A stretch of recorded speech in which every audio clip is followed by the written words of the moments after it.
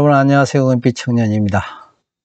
지난 영상에서 그 채권의 소멸 시효에 대해서 말씀드렸었는데요.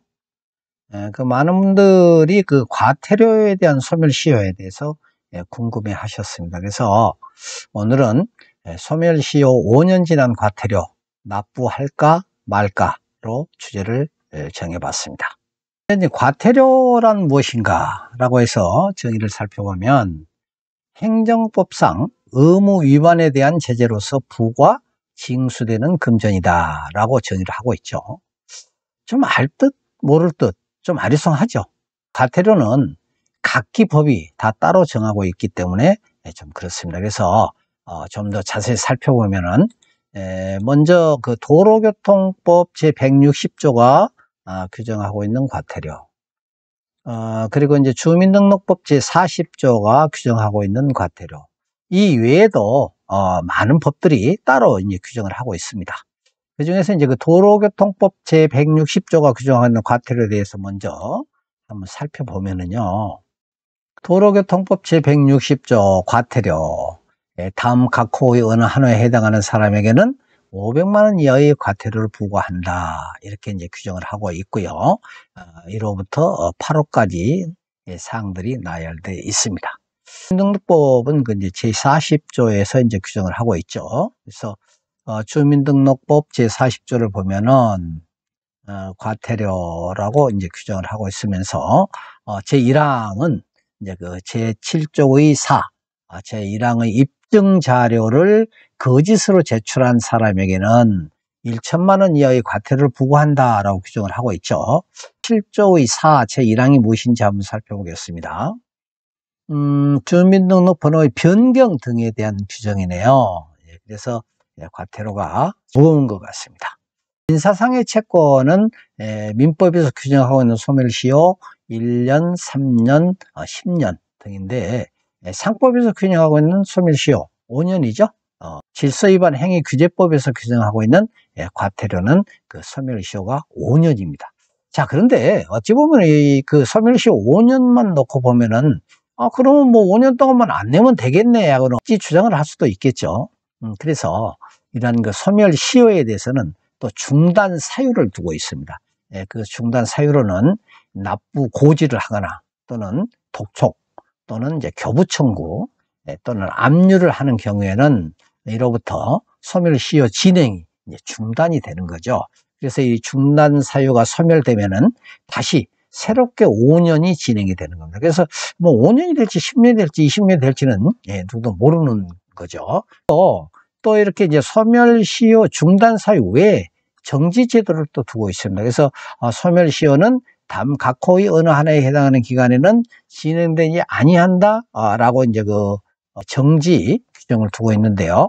이에 대해서 이제 한번 살펴보면은 국세기본법 제28조 3항은 제27조에 따른 소멸시효는 다음 각 호의 어느 하나에 해당하는 기간에는 진행하지 아니한다라고 정지에 대한 규정을 두고 있습니다. 자, 이렇게 이제 소멸시효는 5년이기는 하지만은 중단 사유와 정지 제도를 두고 있는데요. 중단과 정지의 차이는 중단은 지금까지 진행되었지만은 중단 사유가 발생하면은 여기까지의 모든 이전의 사항은 전부 소멸이 된다는 얘기죠. 그래서 그 중단 사유가 소멸하면 다시 새롭게 5년이 진행이 된다 이런 내용이고요.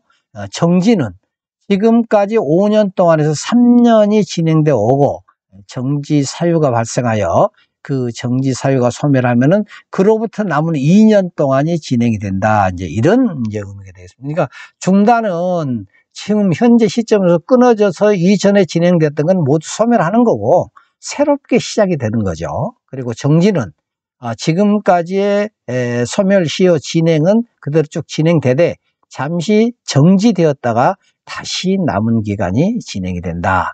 이렇게 이해를 하시면 되겠습니다. 그리고 이렇게 이제 소멸시효와 또 달리 이제 그 제척기간이라는 제도가 있는데요.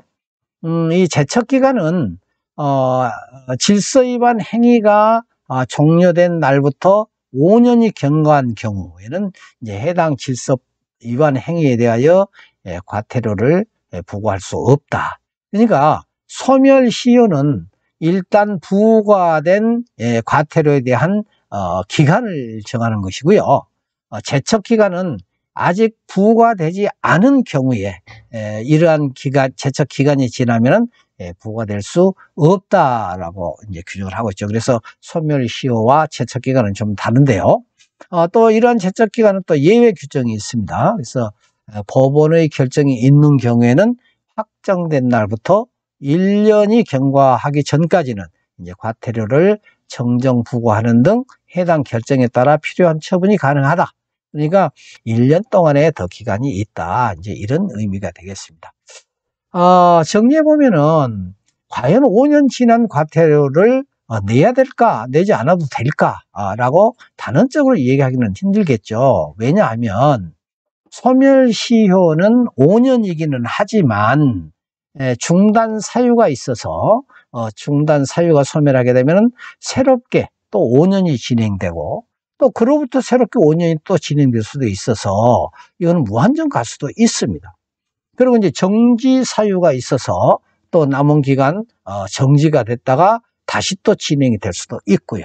그래서 또 하나는 이제 제척 기간이 있기는 하나 그 제척 기간은 부과되지 않은 과태료에 대한 규정이죠. 따라서 부과되기 전에 5년이 지나면은 제척 기간에 따라서 부과할 수가 없지만 부과된 경우에는 소멸시효 5년에 경과하면은 소멸이 된다. 그러나 중단 사유에 의하여 또 새롭게 5년이라는 기간이 진행이 될 수가 있다. 이렇게 이해를 하시면 되겠습니다.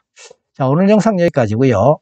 조금이라도 도움이 되셨다면 구독과 좋아요 클릭해 주시면 영상 제작에 많은 도움이 되겠습니다. 감사합니다.